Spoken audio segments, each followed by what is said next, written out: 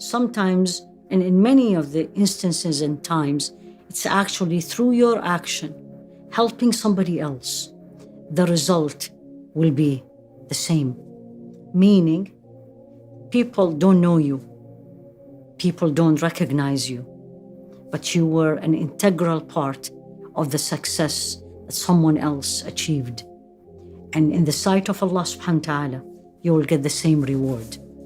This actually applies to a couple of the women in history. One of them is actually the mother of Imam Shafi. So who's Imam Shafi?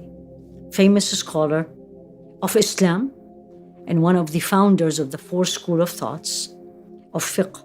And he made a special contribution to the development of a new science in fiqh, which is usul al-fiqh, principles of fiqh. He was also a great scholar of knowledge, of poetry, and of lineage. So you wonder, and you always ask when you see a successful man, who was behind it? His hard work, his intelligence, maybe someone else helped? In case of Imam Shafi'i, the same case with Imam al-Bukhari was actually his mother.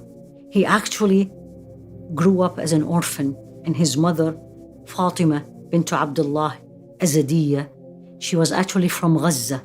She delivered him there, and soon after the delivery, the boy became an orphan. His father died at a very young age. So the challenges was not only she was a single mother, had a young boy, but also financially, there's a lot of constraints. She was young, she was beautiful, she could have easily get married, but she decided not to, and actually devote herself toward this young boy. He has a special gift that Allah gave him.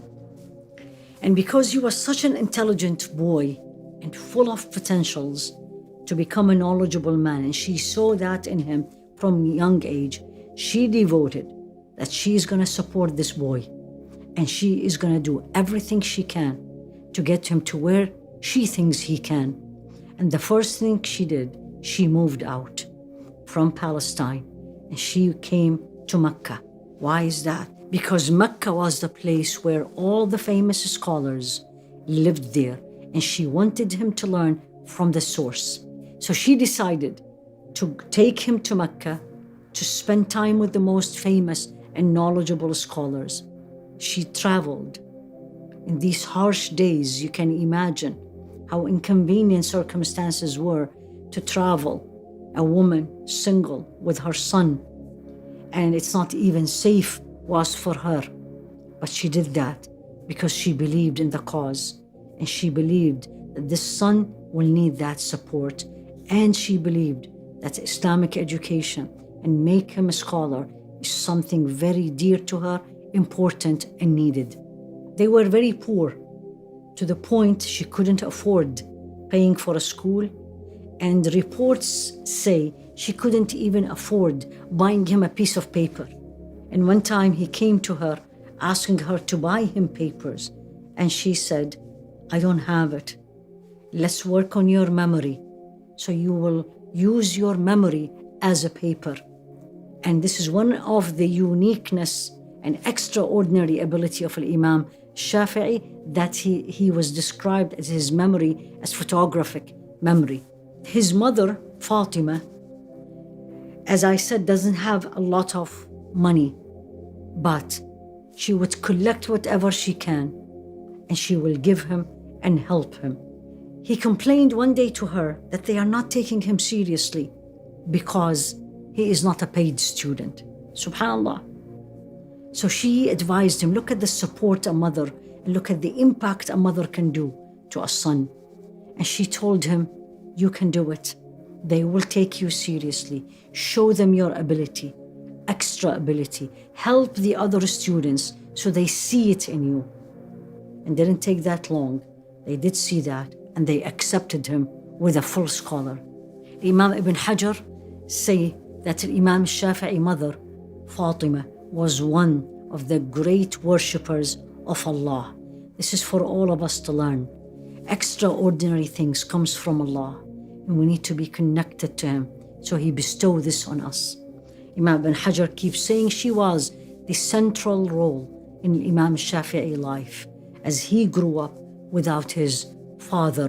Her beautiful character affected him to be respectful to the female scholars, and he had female teachers and he taught female students.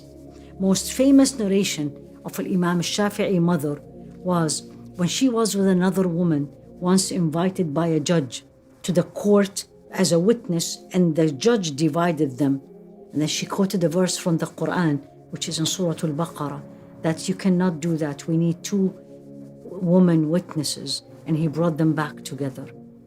Teaches you and me that to bring up and educated scholars, I need to educate myself first. So the story of this woman, again, let's learn her name. Fatima Binte Obaidillah al-Azadiyah. It's a story of what? Story of struggle, true devotion, investment in the future, perseverance, and piety toward Allah subhanahu wa ta'ala. And Imam Malik was one of the teachers of Imam Shafi'i, and he said to him, Ya bunay, my young boy, I see that Allah subhanahu wa ta'ala have gifted you through in your heart light. Don't extinguish this light with the darknesses of sins. The support of his mother, the support of his teachers ended up in the famous Imam Shafi'i we all know now.